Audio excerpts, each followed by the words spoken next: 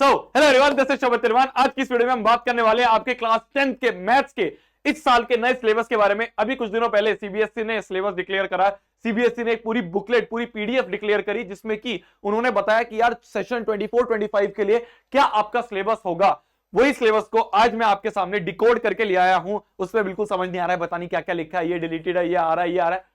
Simple आसान भाषा में क्या क्या चैप्टर आपके आ रहे हैं, कौन कौन सी उसमें एक्सरसाइज आपको करनी है, क्या क्या पार्ट डिलीटेड है, वो बिल्कुल सरल भाषा में मैं आपको यहां पे बताने जा रहा हूं। ध्यान से सुनना, बहुत इंपॉर्टेंट वीडियो होने वाली है, क्योंकि अगर आपको सिलेबस पता होगा तो आप उसी हिसाब से आगे की अपनी पूरी प्लानिंग कर पाओगे, आगे का अपना पूरा साल अच्छे से मैथ्स को पढ़ पाओगे। शुरुआत करते हैं। सबसे पहली चीज जो आपको रखनी है दिमाग में वो है कि लिस्ट ऑफ चैप्टर्स क्या क्या आपके आने वाले हैं, कौन कौन से चैप्टर्स हैं जो आपके इस साल आपसे सीबीएसई के एग्जाम में पूछे जाएंगे, बोर्ड के एग्जाम में पूछे जाएंगे। तो देखो मेरी जान, सबसे पहले तो अगर मैं चैप्टर्स की बात करूं तो चैप्टर नंबर 1 रियल नंबर्स आपका आने वाला है, फिर उसके बाद पॉलिनोमियल्स आने वाला है, फिर उसके बाद पेयर ऑफ लीनियर इक्वेशन, फिर आपका क्वाड्रेटिक इक्वेशन, पांचवा आपका अरिथमेटिक प्रोग्रेशन, छठा आपका ट्राइंगल, सातवां कोऑर्डिनेट, आठवां इंट्रोडक्शन टू ट्रिग्नोमेट्री। मैं थोड़ी थोड़ी देर में साइड होता रहूंगा, जिससे आप स्क्रीनशॉट भी लेते रहो। तो ये चैप्टर्स हैं आपके 8 चैप्टर ये, और उसके बाद आपके 9, 10, 11, 12, 13, 14, ये टोटल 14 चैप्टर्स आपके आ रहे होंगे। आप एक बार स्क्रीनशॉट ले सकते हो। ये हो गए लिस्ट ऑफ चैप्टर्स। ठीक है, मैं ज्यादा बड़ी वीडियो नहीं रखूंगा, जल्दी जल्दी मैं आपको हर एक चीज बता रहा हूँ। यही सिलेबस, यही पूरा का पूरा आपका जो चैप्टर्स हैं और यही जो आपका करिकुलम है, यही मैं आपको आरंभ बैच में पढ़ा रहा हूँ। आरंभ बैच आप सभी को पता ही होगा, वो आपका इंडिया का क्लास 10th का सबसे पावरफुल बैच है, जो जिसमें कि मैथ्स में पढ़ा रहा हूँ। आपको प्रशांत भैया आपके जो है वो साइंस पढ़ा रहे होंगे, और आपके जो दिगराज सिंह राजपूत सर हैं वो आपको सोशल साइंस पढ़ा रहे होंगे। साथ में आपकी हिंदी, इंग्लिश और आईटी ये भी यहाँ पे हम कवर करवा रहे होंगे।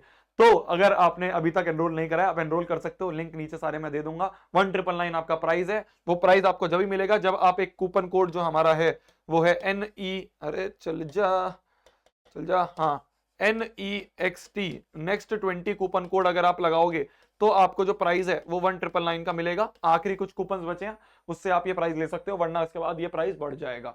ठीक है जी। तो ये हो गए आपके क्या नंबर ऑफ चैप्टर्स जो कि आपके आ रहे हैं। ये हो गए आपके नंबर ऑफ चैप्टर्स जो कि आ रहे हैं। आगे बढ़ते हैं। आगे अगर मैं बात करूं आपसे क्या क्या डिलीटेड है, कुछ पार्ट ऐसा है जो कि आपके हर एक चैप्टर में डिलीटेड है। तो अगर मैं रियल नंबर की बात करूं, रियल नंबर में यूक्लिड डिवीजन लेमा आपका डिलीटेड होगा। Decimal representation of rational numbers, ये जितनी भी आपकी पुरानी एनसीईआरटीज है ना, उसमें टॉपिक्स हैं, तो ये टॉपिक्स आपको नहीं पढ़ने हैं। ठीक है, क्या है ये आपका डिलीटेड सिलेबस है, ये टॉपिक्स आपको नहीं पढ़ने हैं। इसको मैं थोड़ा सा लाल कलर से रखूंगा। तो decimal representation of rational numbers ये आपको नहीं पढ़ना है। नॉन टर्मिनेटिंग, टर्मिनेटिंग ये आपको नहीं पढ़ना है। ये स्क्रीनशॉट आप ले सकते हो, वरना ये तो आपको पीडीएफ में भी दे रखा है। पॉलिनोमियल्स में आपको जो प्रॉब्लम्स ऑन डिवीजन एल्गोरिथम है ये आपको नहीं करनी है। ठीक है, इसके बाद अगर मैं बात करूं आपसे pair of linear equation, simple problems, reducible two, जो pair of linear equation reducible वाला होता है, ये आपको नहीं पढ़ना है। ठीक है, ये सारी चीज आपकी पीडीएफ में भी लिखी है। एपी में आपका कोई डिलीशन नहीं है चैप्टर। फिर उसके बाद ट्राइंगल्स में इसके प्रूफ आपके डिलीटेड है, ये सारे प्रूफ्स आपके डिलीटेड हैं। फिर कोऑर्डिनेट ज्योमेट्री में एरिया ऑफ ट्रायंगल आपका डिलीटेड है। ट्रिग्नोमेट्री में कोई डिलीशन नहीं, एप्लीकेशन ऑफ ट्रिग्नोमेट्री में कोई डिलीशन नहीं, सर्कल में कोई डिलीशन नहीं, एरिया रिलेटेड टू सर्कल्स में कोई डिलीशन नहीं है। सरफेस एरिया वॉल्यूम है, मैं जल्दी जल्दी आपको इसलिए बता रहा हूं क्योंकि अभी मैं एक ट्रिक बताने वाला हूं जिससे कि आपको ज्यादा टेंशन नहीं लेनी होगी। Surface area volume, statistic probability में कोई डिलीशन नहीं है। तो ये क्या है, ये आपका वो वाले टॉपिक्स हैं जो आपको नहीं पढ़ने हैं, जो अभी मैंने आपको बताया। ठीक है, अब भैया इतना कंफ्यूजन होगा, भैया कौन सी एक्सरसाइज पढूं, कौन सी एक्सरसाइज ना पढूं, मेरे पास तो पुरानी एनसीईआरटी है, क्या करूं भैया, ये वाला क्वेश्चन करना होगा, ये वाला क्वेश्चन डिलीटेड है क्या, ये वाला टॉपिक भी डिलीटेड है, बहुत कंफ्यूजन रहती है। मैंने कहा इतना सारा मत पढ़, बहुत आसान तरीका है, सिंपल। तेरे को क्या करना है, तेरे को जाना है अपने ब्राउजर में, ठीक है, तेरे को जाना है अपने गूगल में। गूगल पे जाने के बाद तेरे को क्या करना है, गूगल पे जाने के बाद तेरे को एक चीज सर्च करनी है जो कि आपकी रेशनलाइज एनसीईआरटी। मान ले तू चैप्टर नंबर 1 पढ़ने चाह रहा है, तो चैप्टर नंबर 1 की रेशनलाइज एनसीईआरटी है। ये रेशनलाइज एनसीईआरटी पे जाएगा, ये पीडीएफ दे रखी है। इस पीडीएफ में जो जो लिखा हुआ है वो सब तेरे को पढ़ना है। क्या बोला मैंने, ये जो पीडीएफ है, इस पीडीएफ में जो जो चीजें लिखी हुई हैं वो सारी चीजें तेरे को पढ़नी है। अभी मैं खोल के दिखाता हूं तेरे को, देख, जैसे ये वाली पीडीएफ है तेरी। ठीक है, तो ये जो पीडीएफ है, ये मान ले चैप्टर नंबर 1 की पीडीएफ है। तो ये लास्ट ईयर भी सेम ही था, क्योंकि लास्ट ईयर जो आपका सिलेबस है सीनियर्स का, वो वाला सिलेबस और आपका सिलेबस बिल्कुल सेम है। तो ये उनके लिए रेशनलाइज एनसीईआरटी निकाली थी। आप डायरेक्ट ये वाली एनसीईआरटी फॉलो कर सकते हो। जो भी चीजें इसमें लिखी हुई हैं, जो भी टॉपिक इसमें लिखे हुए हैं, जो भी एक्सरसाइज के क्वेश्चन इसमें लिखे हुए हैं, वो सारे क्वेश्चन तेरे को पढ़ने हैं, वो सारे आ रहे हैं। तो सिंपल सी चीज है, ज्यादा टेंशन बिल्कुल नहीं लेनी। क्या सिलेबस आ रहा है, क्या नहीं आ रहा है, लिस्ट ऑफ चैप्टर तेरे को मैंने बता दिया है, वो तुम्हें यूज करने हैं। क्या पढ़ना है क्या नहीं पढ़ना है, उसके लिए सिंपल ये एनसीईआरटी डाउनलोड कर ले। तो डायरेक्ट जाएगा गूगल पे, लिखेगा chapter number 2 rationalised NCERT of class 10th। तेरे को एनसीईआरटी की सबसे ऊपर वाली पीडीएफ दिखेगी, उसमें जो भी लिखा है यहाँ पे ऐसे लिखा होगा रेशनलाइज एनसीईआरटी। देखिए ये लिखा है यहाँ पे रेशनलाइज एनसीईआरटी, फिर रेशनलाइज लिखा होगा, ये वाली यूज कर ले। तो जरा टेंशन नहीं लेनी है क्या आ रहा है क्या नहीं आ रहा है, ये एनसीईआरटी में जो है वो फॉलो करना है। समझ में आ गई मेरी बात।